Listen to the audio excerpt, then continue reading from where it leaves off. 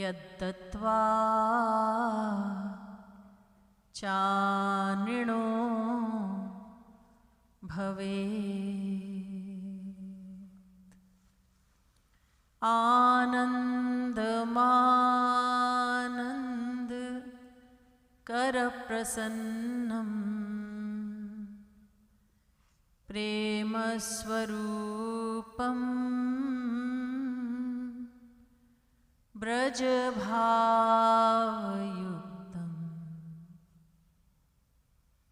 योगीन्द्रमीड्यं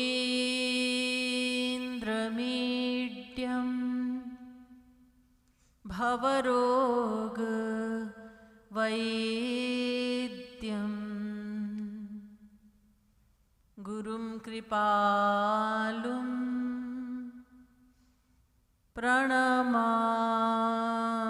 नित्यम्। व्याधस्याचरणं ध्रुवस्य च वयो विद्या गजेन्द्रस्य का कुब्जायाः किमुनामरूपमधिकम् किं तत्सुदाम्नो धनम्। वंशः को विदुरस्य यादवपते रुग्रस्य किं पौरुषम्। भक्त्या तुष्यति केवलं न च गुणैर्भक्तिप्रियो माधवः।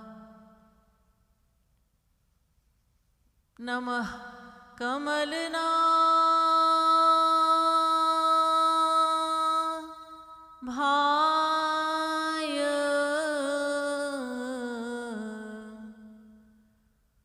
नमः कमलमालिने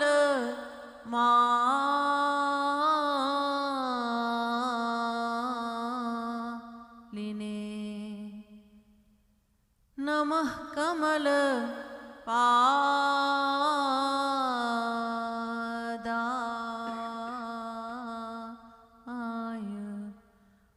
नमस्ते कमलेक्षण यो ब्रह्माणं विदधाति पूर्वं यो वै वेदांश्च प्रहिणोति तस्मै तग्वंह देवमात्मबुद्धिप्रकाशं मुमुक्षुर्वै शरणमहं प्रपद्ये।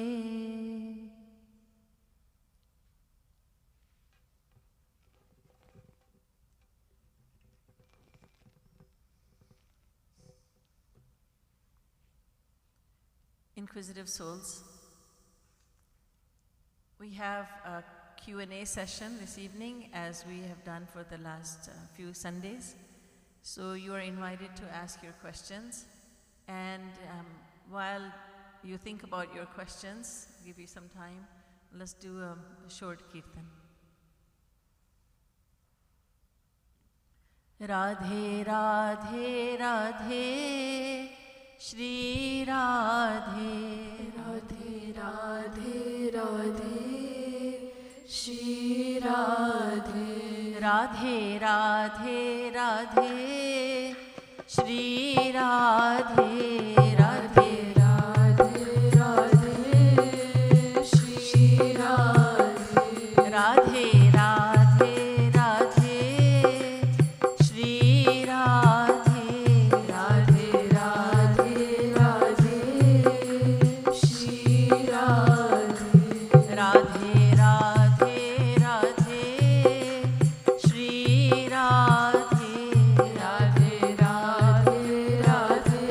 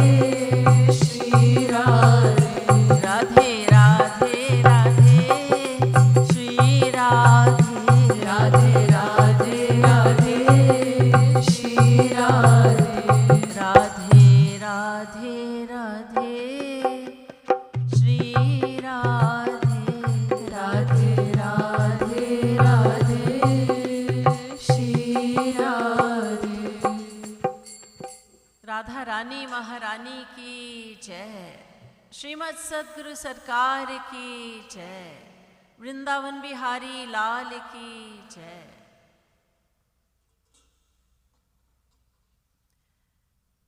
If you have a question, please raise your hand, and I will need someone to give the mic.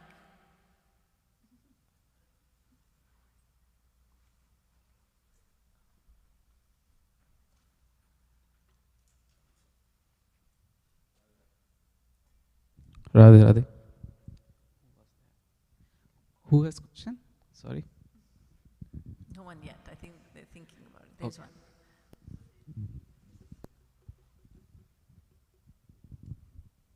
Radhe Radhe Didi. Radhe. I just have a question about, I know according to the Raga Nuga Bhakti that it doesn't really matter the external rules, you know, whether you take a bath, which way you face, it really doesn't matter. But there are also certain rules that are written according to the Vastu Shastra, like, you know, all the temples, normally the buildings, they face the east. As kids, we were told not to sleep with your head facing north. Certain placements of the things around the house, and similar in the Chinese tradition also Feng Shui, so Vastu. How important are those things, and how, what kind of role do they really play? Let's say that you know, there's an aspiring devotee and they're getting a house built. So it's good to go according to Vastu Shastra and the rules of Vastu. They're just very logical rules. They're just logical rules. One of the rules is that you don't keep anything broken or very old that you don't use. The energy from those things is detrimental to you. Don't have clutter around because it will clutter up your mind. So there are these rules that make a lot of sense. But let's say, so if one is going to get a house built, why not go with the Vastu Shastra? But if your house is already built and everything is, the directions don't match, I would say it's okay. It's it's not of any much consequence. Of no consequence, in fact, because bhakti will take care of everything. But if there is a choice and those rules are good, they just make logical sense, so it's good to follow them as much as we can. Now let's say somebody's wanting to buy a house, not build it, and there is no house available on the market that has been built according to Vastu rules, then I would say forget it, it's okay. But as much as possible, if it is possible, those rules just make sense, logical sense. There's no miracle in that. There's nothing that doesn't make sense if you look at them. And then the Feng Shui is based on Vastu, and it's similar rules.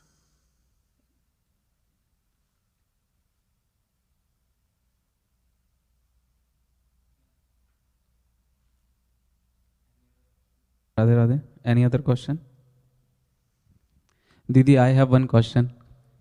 Right now there is one term actually I see a lot of people talking who doesn't practice bhakti, I believe. They say live in present. So just be your thoughts to be in present. So does our Vedas, Shastras has anything in that regards? Does they say it like live in present or something? Because Gita says something which make logical sense, and we didn't hear like something be in present or something. So just wanted to get the clarity.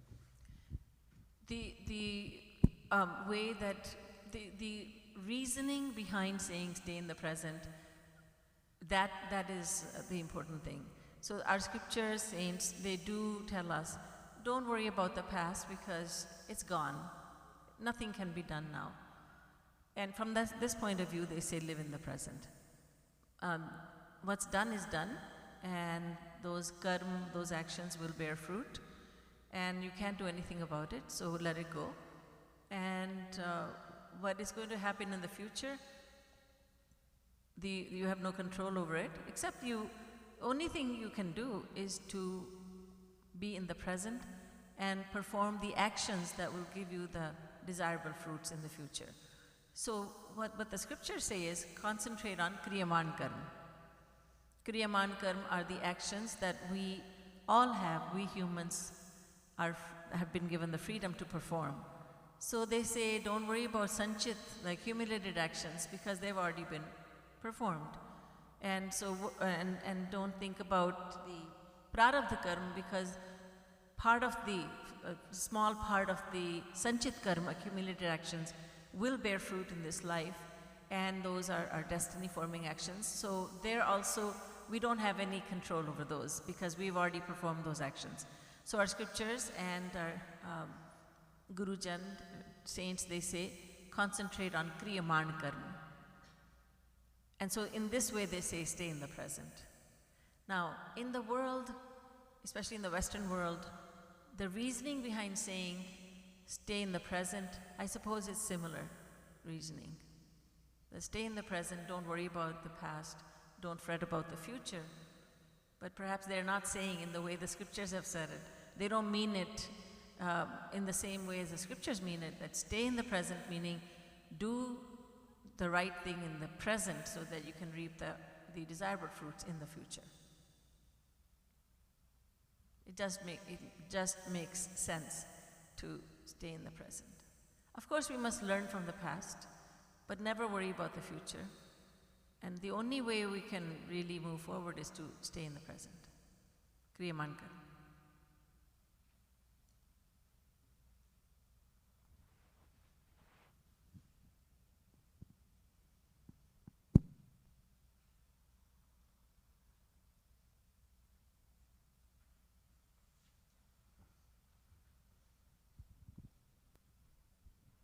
Radhe Radhe. So Maharaji tells us that everything that we do or think should be in the service of God and Guru. So some of the kirtans that Maharaji composed, like they're about wanting to meet God and having their darshan, and that's kind of for like your own self happiness. So how do I do Rup Dhyan in those kirtans while also being selfless? So when you are singing Maharaji's compositions such as Darshan Dena Nanda Dulare, so I desire your darshan, O Shri Krishna. And so your question is, how do I make it into an act of seva when I'm just desiring his darshan for my own happiness? In fact, what you can do by desiring the desire to see him, to have his darshan, should be there because I want to see you so that I may serve you. I want to see you so that I may feed you with my own hands, so that I may make your bed for you, and when you lay down, I want to massage your lotus feet. I want to serve you, therefore I want to see you. So in this way we make it into selfless seva. We don't become selfish then. Although that kind of selfishness is the best kind of selfishness there is, however, we are aspiring to become completely selfless. So that is the way, the way we can become selfless, and by desiring to serve Radha and Krishna, and for that reason we must desire to have the darshan.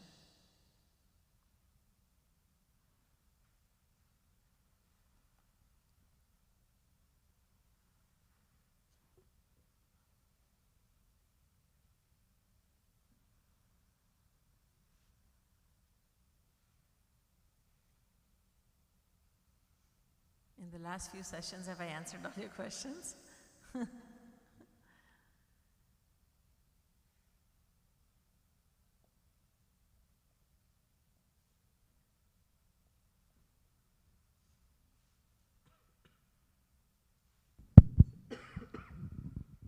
Radhe Radhe Didi.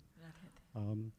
So as we practice bhakti, there is this, at times there is a sense of pride that comes in. Oh, I'm having that bhav, I'm getting that tears, and we started getting pride for ourselves, like, oh, we are doing better bhakti or something like that. we have to be selfless, and pride should not be even coming, right? So how to get rid of that pride, or what is that action that we should take to be nishkam? So let's say the pride is a very sneaky thief that steals our devotion away. And so when we become proud of the sadhana we're doing, when the pride comes in, due to the tears we're shedding, we must think these tears are not my own earning, they are the gift from God and Guru. So I should not become proud. It's a gift from my Guru Dev. It's a gift from my Ishtadev. And whenever pride comes in, and it will come very often, and oftentimes we don't realize it's even there. But when we do realize it and we must try to catch it, then the way to think at that point is, I'm not the one who is responsible for this. God and Guru have given me this gift, so it's not my doing. These are gifts. And so I will be proud, but I'll be proud of my Guru. I'll be proud of my Ishtadev. Pride is something we will all always have until Maya leaves us. But that pride can be diverted. As abhiman jai jani bhore, main sevak raghupati pati more. As Lakshmanji says, I want to be always proud of the fact that I'm your humble servant. So pride is going to be there, and so we must divert it towards God and Guru. That I am an ordinary person, but my Guru is so great, and I'm proud of being his servant. I'm proud of being the servant of Sri Radha and Krishna. So pride is going to be there, let's divert it. And then also we must think that I'm not so good and so spiritual and so godly that tears will come into my eyes. My Guru is giving me these tears, and it's not my doing, so I'm not going to be proud of them.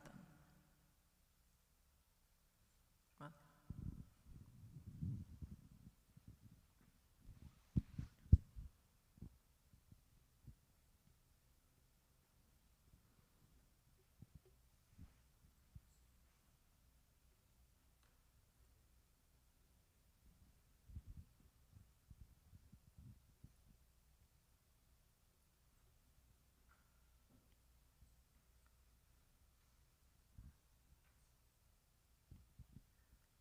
Sometimes a question can be asked even if you know the answer already. And I say this because maybe someone else needs to hear that question. So if you have any such question that you want the answer to be heard by everyone, and it's not a bad idea to also revise what we know already, to hear what we already know. Didi, I have one. Didi, anger, how to control it? I mean, Why are you asking me this? Didi, it's very tough actually. I mean, it's happening. Sometime we are able to control because we know that things, but it's tough. It is tough, yes. Anger. So anger will come when we want something and we don't get it. Basically, we must understand that when we don't get what we want, we become angry. That I want this, but I didn't get it. And it doesn't have to be a thing, a tangible object. It doesn't have to be like, I wanted a new car and I didn't get it, so I'm angry. It doesn't have to be anything like that. It could be, I wanted to be friends with her, and she doesn't want to be friends with me. I didn't get that, and so I'm angry. I wanted to succeed in this endeavor, but I didn't, so you get angry. Desire is the reason behind anger. Desire has two children, well, it has many, but two main ones, anger and greed. So when we get what we want, we become greedy. When we don't get what we have desired, we become angry, plain and simple. So it could be respect from someone, it could be love of someone, it could be a tangible thing also. When we don't get it, we become angry. So we must analyze it. Why am I getting angry? And this is why Sri Maharaji takes us through the scriptures and says anger comes from unfulfillment of desire, due to the desire being not being fulfilled. All right, then why do I have this desire? Why do I have desires? What's the reason behind desire? Well, the desire, all the desires that I have are due to attachments. Sangat sanjayate kamaha, Bhagavad Gita. So when we form attachments in the world, we start desiring those objects or those people that we have formed attachment to. So why do I get attached? What's the reason behind attachment? And again, the Bhagavad Gita says that when you think repeatedly about someone and you think he's going to make me happy or she's going to make me happy, they're going to make me happy, we form our attachment. When we think about a thing, an object, it's going to make me happy. If I could get that, I would be very happy. If I could get that diamond necklace, I would be very happy. If I can get that BMW, I'd be very happy. It could be anything like that. So, because we want happiness from the world, we form our attachments in the world. And those attachments lead to desires. Desires lead to anger and greed. So the root cause is that we are looking for happiness. So then we have to convince ourselves, we have to convince the mind, look, you want happiness. And you pinned all your hopes on this one person and you became disappointed, you're getting angry now, but you shouldn't be angry. Get angry at yourself. Again, anger should be diverted towards the self. Now, why am I so foolish that I want respect from someone? Why am I so foolish that I want things of the world to make me happy? Why? And that anger should be directed not at a person, but at ourselves. Ha Raghunandan prana pirite, tum binu jiyat bahut din bite. That how is it that I have been living without God for so long? How foolish I am, how ignorant I am. So we can, just like with pride, we can divert anger towards ourselves. We can also divert the anger towards anger. Krodha krodhe kathanute. Scriptures have said, get angry at anger itself. When anger comes, and again, due to no matter what circumstance, then we should say to anger, how dare you come to me? You are putting my mind, it's as if you have put my mind on fire. You have started a fire, my mind is burning in the fire. Because anger does burn us internally. So how dare you come and damage my mind like this? I don't want you over here. So the scriptures and saints have said, get angry at anger itself. And then a very powerful method is to just reason it out. Why am I feeling angry? Okay, it's because of this, it's because of this, it's because of this. It's because I'm wanting happiness in the world. Mother is thinking, why didn't my son listen to me? Why doesn't he do what I want him to do? He has to know it's for his own good that I'm telling him this. And he doesn't listen to her, she gets angry at him. One scenario, right? But then, if she is wise, if she has been instructed by a true guru, then she'll say, okay, let me reason it out. Why am I feeling angry? And then she'll say, okay, it's because of my desire. Why do I have desire? Attachment. Why do I have attachment? Because I've thought again and again that there is happiness in this child of mine. So, is my child at fault for not obeying me, or am I at fault for expecting him to obey me, for expecting him to make me so happy? Sri Maharaji used to say, when parents, when they think about the child, they only think one way. This child is going to make me proud. This child is going to create a name. People will say, oh, that's his mother, so-and-so's mother, that's so-and-so's father. This child will become so good, so well educated, and so well known, and everybody will know her name, everybody will know him. That's the only way they think. So when that doesn't happen, they become very angry and they become frustrated, depressed. But we must think, okay, well, this child of mine didn't listen to me, but I already expected it. Because I have already thought about this, that he may listen to me, or he may not listen to me, or he may listen to me sometimes and sometimes disobey me. Sometimes he may revolt against me. He might even kill me one day. I have already thought about all these scenarios. So someone who thinks about this, all this, with knowledge, knowledgeable person, then says, okay, I'm not going to get angry. I'm not going to get angry because I have looked at all these scenarios and have accepted them all. So whenever we do get angry, we should reason it with ourselves, knowing what we know now. And who does not get angry? Everybody gets angry. It's just that now we need to control our anger because we have the tools with which we can do it. We do have the tools with which we can do that. So with the knowledge that we have been given, the knowledge is a sword, it's a weapon. And ignorance has to be slain. We must slay ignorance using the weapon of knowledge given by our Guru. A deep understanding is essential, and this is what Shri Maharaji has given. We went deeply into every subject and summarized the scriptures so that we may understand it in a very short period of time.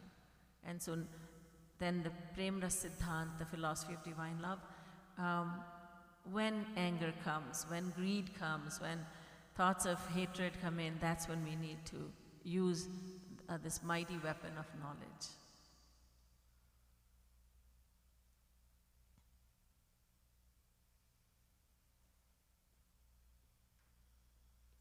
Children and teens, think about your questions. So it's about faith. We have been hearing this, for, every day we hear and read about it, that on the path of this devotion, faith is one of the most important needs that we need to do, actually, the element. Now, it is easier to practice that when everything is going good in life. But when some challenges come, in those times, how to increase or even strengthen our faith during those challenges, the difficult times. Right. Indeed, faith is so important that saints say, Adav Shraddha. First of all, you must have Shraddha, must have faith. And that faith gets shaken when we are faced with challenges. Again, I will say the knowledge acts as a very powerful weapon to destroy any doubt that may come. Or it will help us to destroy the tendency for the faith to be reduced. So when that knowledge, when we bring that knowledge into our mind, then we are able to think, well, I know that God and Guru they test me, so this is the test that I'm going through. Then the mind says, really, after all these years still being tested? When will this test end? When will this testing end? And apparently it can go on for a long time. And it does. The test is, look at Lord Krishna with the gopis, how many tests he put them through. And the gopis just, he took this test, then he took that test, then that one, and the test kept on getting harder and harder. And that's when we need to remember that my Guru and my Ishtadev, they're after me too. They just want me to improve so much. And they're testing me so that I may improve. I know it's disheartening at times, but they know what they're doing, and I will always pray to them for for the strength to pass these tests. Sri Maharaji often used to say, well, he said to one of the devotees, it was a very hard test that she went through in life, and Maharaji said, you passed the test with flying colors. And he would say, why are you afraid of being tested? But we are human, so we get shaken, say, it's a lot of tests. But at the same time, we know that we don't know so much. We hardly know anything. And God and Guru know everything. So just that faith that they know what they're doing. Even though I may not understand it, I don't understand it. I admit I don't understand, but how can I understand the ways of the divine? But God and Guru do know, and this will strengthen me. By going through this test, I will become stronger. That's the only way by doing sadhana, by literally crying out in desperation to God and even more importantly to the Guru, to our Guru, that I'm just an ordinary person. And these tests are very hard for me. Just in communicating that this test is very tough for me. And I don't know if I can pass this, if I can go through this. But at the same time, you are here with me. Are you here with me? Are you here with me? And let me know that you're here with me.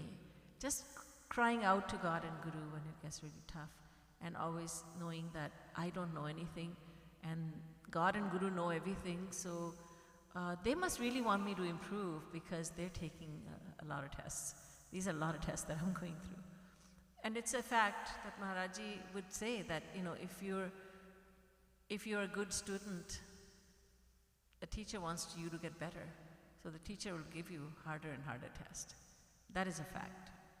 So these tests are for our own good, although when we are being tested, it's not so easy to think that way, but there's no other way. There's just no other way. By just doing sadhana, we improve every day by doing daily sadhana, that faith is being built internally, that strength is coming in internally.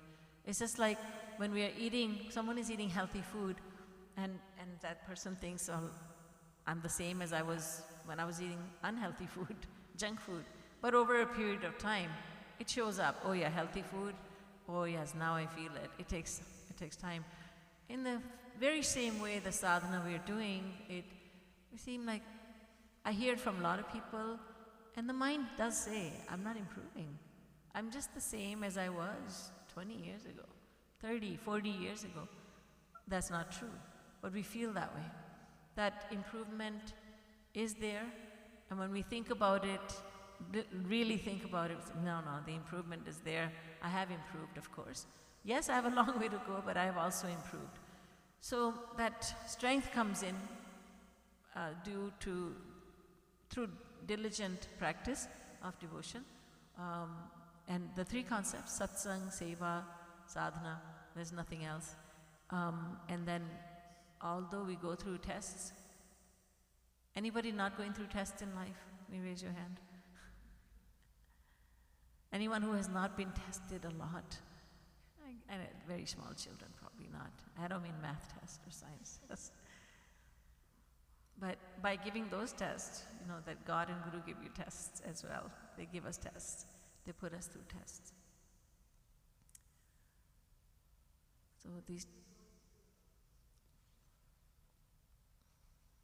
So when you're actually going through those challenges and stuff, of course, and then you asking help from your Guru, from God, isn't that then being selfish?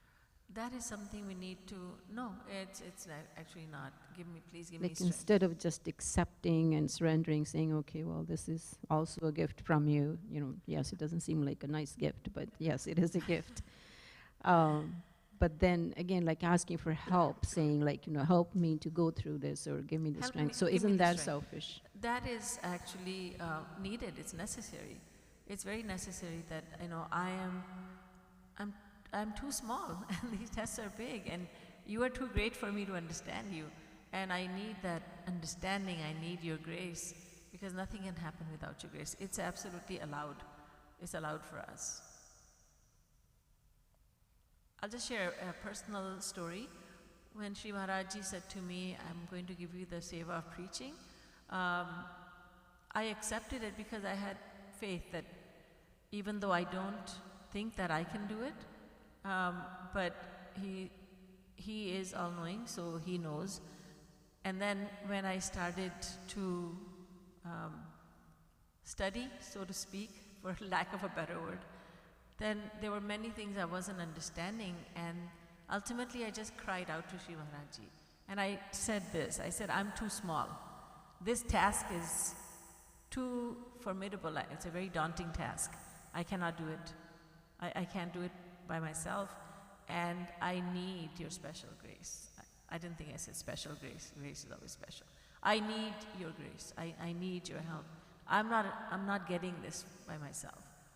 And Maharajji responded, of course. I started understanding everything. But the fact is that if we don't ask God for that, if we don't ask our Guru, then who are we going to ask? So that's absolutely allowed. It's because this is to strengthen my devotion. You're not asking for things of the world. You're not saying, take this test away. And you're not saying that. The test is your gift, but I also need I need the strength.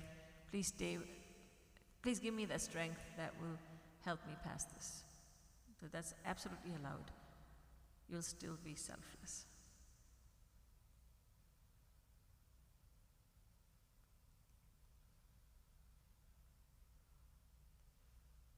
Teenagers, kiddies, R&R.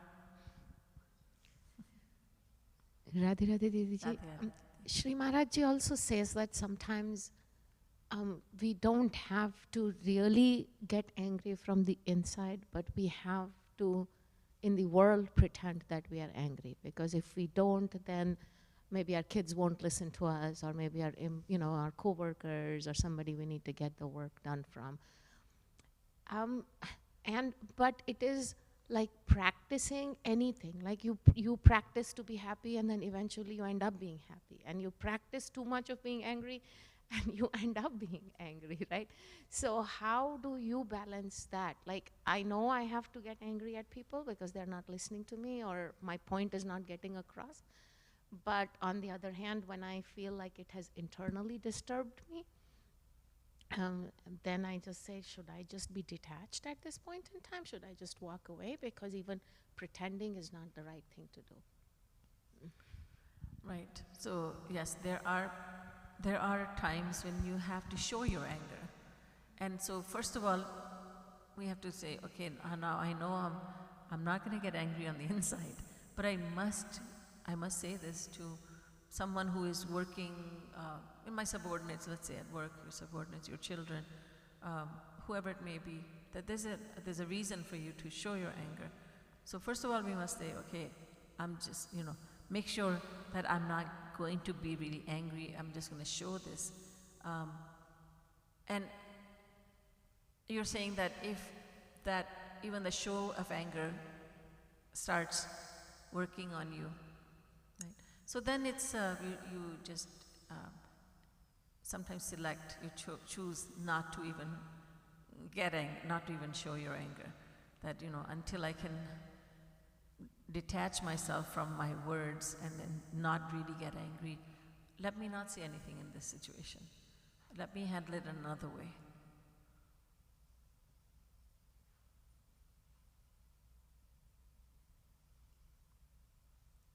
The trick is to catch that anger, that thought of anger when it's come in. And that's not it's not what you're asking, but we're all tormented by anger.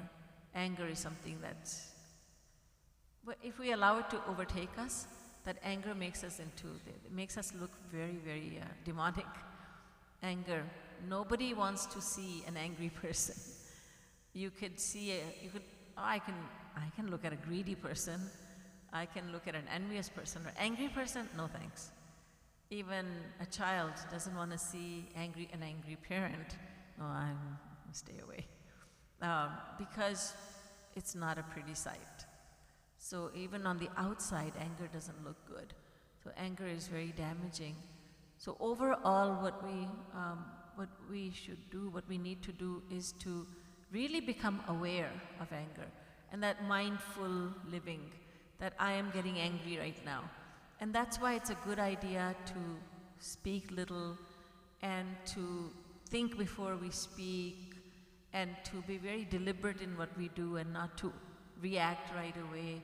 It's all part of a system that, I will just take my time when somebody says something. I'm not going to just fly off the handle and, let them have it. We say it, wo bhi yaad rakhega. And Maharaj Ji said, wo kya yaad rakhega? Hani tumhari ho rahi hai, tum yaad rakhoge. When we say to about someone that you'll always remember this because I'm going to treat you so unkindly, I'm going to speak such words that you'll remember them. The other person may or may not remember our angry words, but we will remember them. So this whole thing about anger, we must try to catch it as soon as it comes into the mind. And we're all able to catch it. It's just that we need to train our mind to be very deliberate, that I don't have to react to his words, to her behavior. I don't have to. Let me do it another way. I've been doing it this way, let me try it another way. That let me just wait. And that counting to 10, aren't children taught that way? Count to 10, right? It's good for small children, it's good for adults, big children too. Like, count to 10, I'm not going to say anything, I'm not going to get angry, let me just count to 10, let me just cool off. Kids know the story that your teachers went through this morning, right? Which story am I thinking about? The story of anger? Are the kids here? Sharvari, do you remember that story of who got angry at whom? Remember the dead snake? Parikshit. Parikshit got angry. Yes. So he got angry, put the dead snake around the sage's neck, and then the sage's son got angry. So two people were getting angry, but the one who said, you should not be angry, that was the sage himself. He said, you shouldn't have gotten angry. And that's a wonderful way to think, isn't it? That what the sage said to his son, he said, you shouldn't have gotten angry because the king's, one behavior of the king does not define him. It's just like when we make one mistake, that doesn't mean that we only make mistakes. One mistake in life doesn't define us. Even many mistakes in life don't define us. So king's one mistake doesn't define him. The king is a good person. So replace the king with my sister, my friend, my fellow worker, my mother, my father, wife, husband, child. That this, why should I be angry? Because these words from my loved ones, they don't define him, they don't define her. So using the knowledge we've been given, that knowledge is the most powerful tool we have. Maharaji used to say that you listen to the knowledge and then after that you kind of forget it. But that's where we are lacking. We need to hear it again and again, avritti rasakritu padeshat, and then we need to put it in daily practice.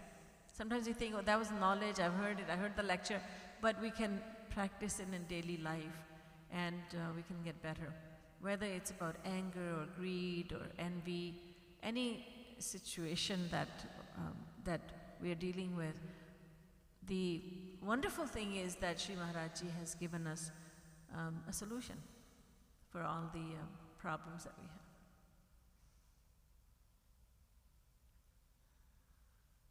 Yes.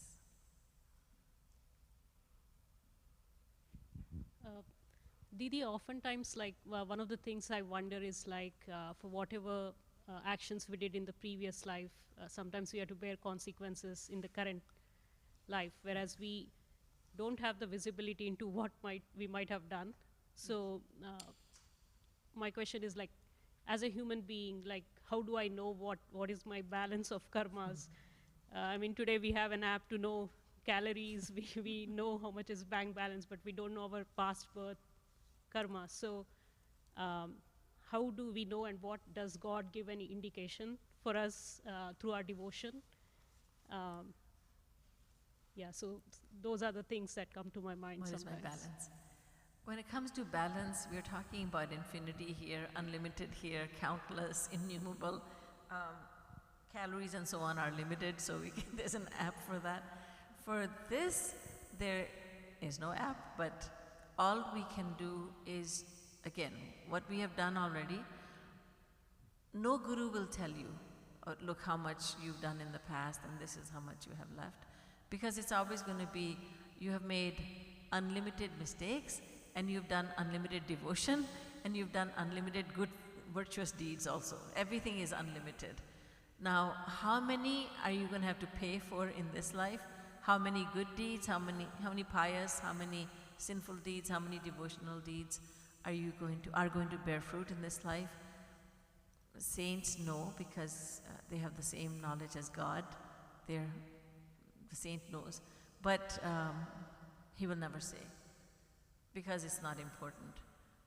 And there are people, fortune tellers, people astrologers, who will say this and this is going to happen, those actions are going to come into play.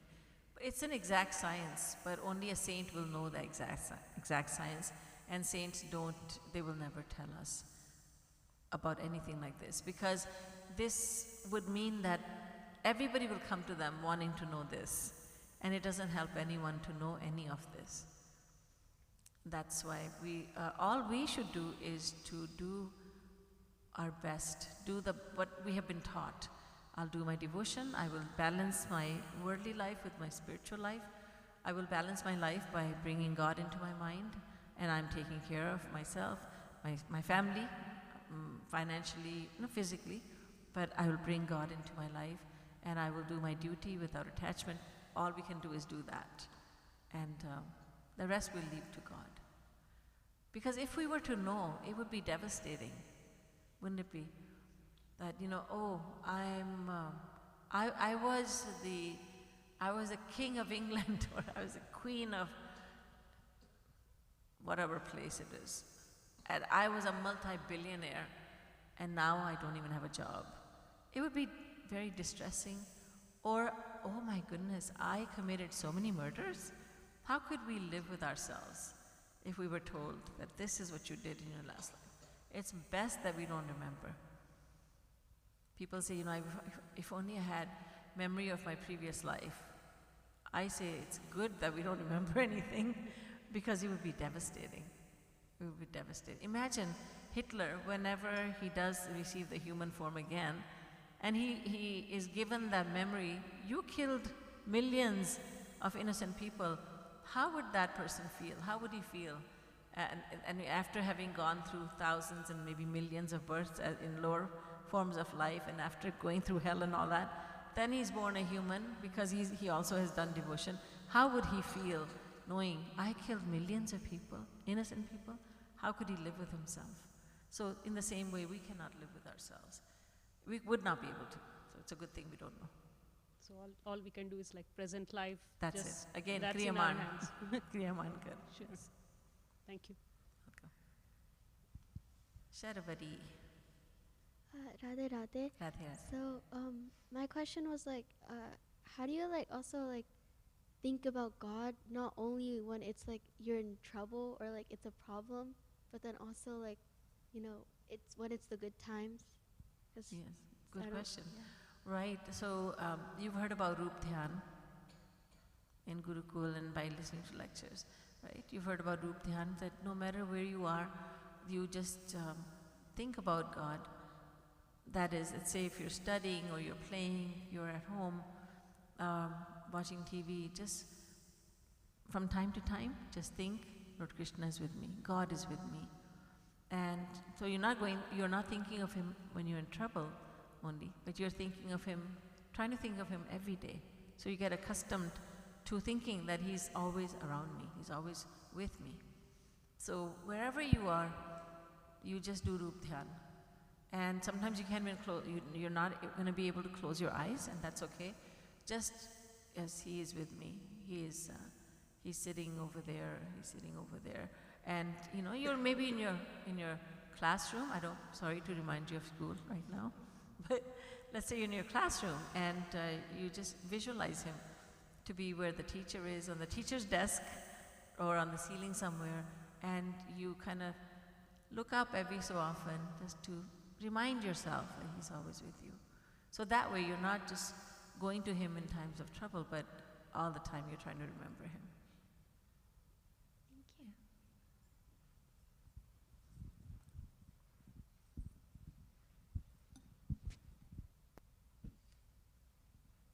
Oh, I thought Radha was going to ask a question.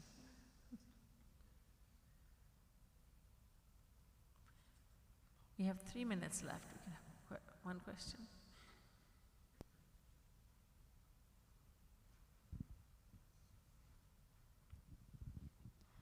So one struggle I have is balancing school and coming to Yulakunj, and recently especially, now that I have more freedom being in college, I'm able to come back more often. I mean, I guess in high school I was too, but I'm able to drive now.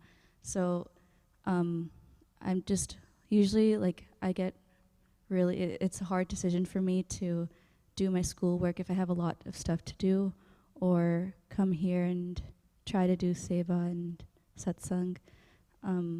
So how do I balance those two? Sometimes it becomes problematic. You know, what do I do? Do I study? I think maybe, you know, when it's possible, you can bring your books here too, and Yugalkunj is second home for you. So you can take some time studying, but then, you know, when possible, it's not always going to be possible. When possible, you can do that. But then you have to use your discretion that, you know, I have to study for this. So you just concentrate on studying at that time so that you may come to your satsang with a free mind afterwards. But it is, Sri Maharajji always emphasized, you know, doing well in studies. And I know I don't have to tell you you're a very diligent student, but you do need to study hard. At the same time, you need devotion too. So there are times when you'll be able to come more often, there are times when you're able to come less often. So do the best you can. If you can bring your books over here and study and then also do satsang, fine. If not, then do your studying and then come with a free mind. It's a wonderful thing that you have that kind of question at that age. That, you know, it's great that you know about all this. You know about the importance of sadhana. You know about the importance of satsang. That you have this question. I think it's incredible. All you teenagers and young adults are very, very fortunate, and pre-teens also. Very, very fortunate. 1 minute left.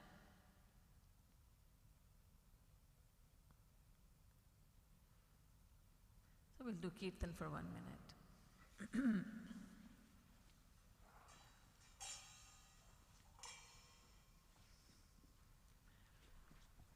Radhe Govinda Govinda, Radhe Radhe Govinda, Radhe Govinda Govinda, Radhe Radhe Govinda, Radhe Radhe Govinda, Radhe Radhe Govinda, Radhe Radhe Radhe Govinda, Radhe Radhe Radhe Govinda, Radhe Govinda Govinda, Radhe Radhe Govinda, Radhe Govinda Govinda, Radhe Radhe Govinda, Radhe Radhe Govinda.